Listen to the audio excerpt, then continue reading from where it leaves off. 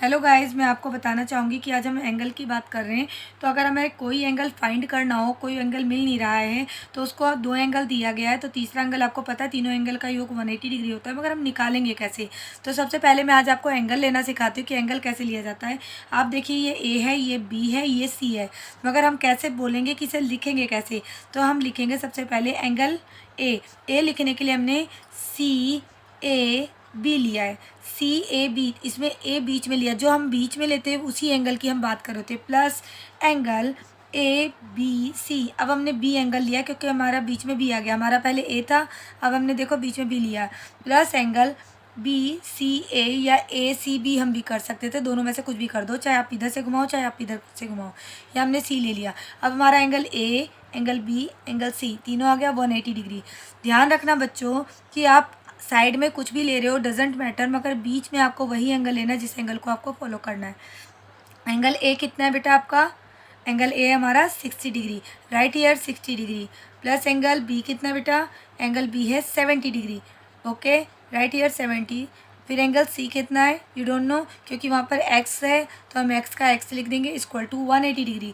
Then हम क्या करेंगे, जो दोनों एंगल हमारे वो हम प्लस करेंगे, 60 + 70 इक्वल टू 130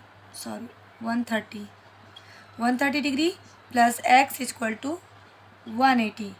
ठीक है, तो अब हम क्या करते हैं, आप लोगों को पता है कोई भी एक्स वाई जेड के साथ कोई एंगल्स के साथ प्लस होता है तो वो दूसरे साइड जाके क्या हो जाता है, माइनस हो जाता है।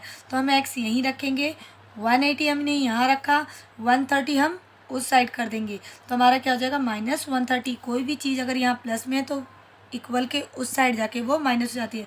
तो एंगल एक्स कितना हो जाएगा, 180 में से 130 गया 50 डिग्री, तो ये हमारा हो गया 50 डिग्री, इसका आंसर हो गया।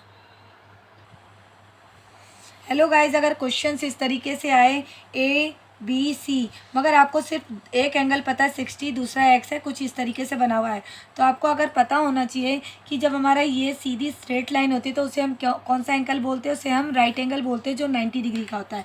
तो हम इस क्वेश्चन को कैसे सॉल्व करेंगे, सेम एज हमने पहले वाला करना है।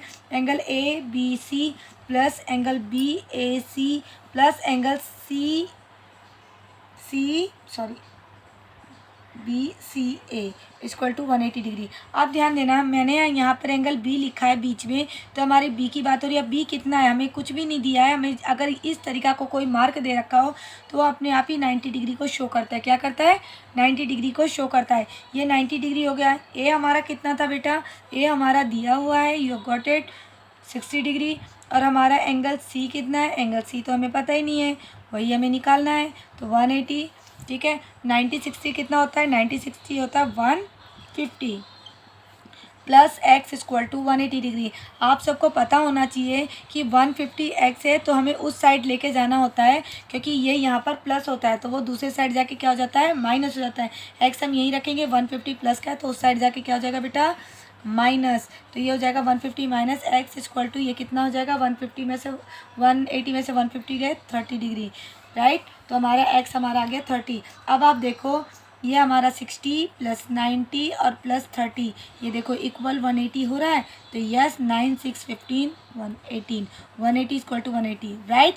तो आपको समझ में आ गया होगा कि हमारे ये आंसर राइट है। हेलो गाइस, अब मैं तीसरा क्वेश्चन दे रही हूँ। जो क्वेश्चन हमारा कुछ इस प्रकार है कि उन्होंने एक्स वाई को इक्वल दे रखा है कि एक्स वाई के इक्वल है, और आपको तीसरी भुजा पता है, ये दोनों ही नहीं पता, तो आपको कैसे करना है। बेटा आपको ये बात पता होनी चाहिए कि अगर हमारा एक्स और वाई इक्वल है तो हम एक्स की जगह वाई और वाई की जगह एक्स हम कुछ भी मेंशन कर सकते हैं। तो हम सीधा angle A B C plus angle B A C plus angle B C A करेंगे इक्वल टू 180 डिग्री। अब आपको पता है कि एंगल बी हमें दे रखा है एक्स, हमारा एंगल ए दे रखा है 60 डिग्री, एंगल सी कितना दे रखा है, एंगल सी हमारा दिया हुआ है वाई। बट अगर एक्स और वाई बराबर है तो हम इसे भी एक्स लिख देंगे, तो कोई हर्जा नहीं है, क्योंकि आपको पता होना चाहिए कि अगर ये दोनों इक्वल हैं तो एक दूसरे में अगर ये 30 होगा तो ये भी 30 होगा, ये 50 होगा तो ये भी 50 होगा, तो हम इसे एक्स की वाई की जगह एक्स रिप्लेस कर दे तो कोई बुराई नहीं है। तो हम ये हो जाएगा X X 2x plus 60 equal to 180 degree. Then आपका 2x यहीं रह जाएगा, 180 में से 60 गया तो कितना बच गया आपका, कितना बचा, 16 में से 8 गए 120, ठीक है। तो x यहीं रह जाएगा, 120 यहाँ जाएगा, वो 2 से कट जाएगा, तो कितना आ जाएगा 60। अब आपका कितना आ जाएगा, x हमारा कितना आ गया बेटा, x आ गया हमारा 60। तो अब अगर आपका एक x 60 है तो आपका y बराबर था, तो x भी 60 और y भी 60। ओके, आई थिंक आपको समझ में आ गया होगा। तो आई होप ऐसी वीडियोस देखने के लिए please share and subscribe my channels. मैं और भी ऐसी वीडियो बनाती रहूँगी ताकि आप लोगों को समझ में आए। और अगर आपको कुछ और भी समझना है तो प्लीज़ कमेंट्स एंड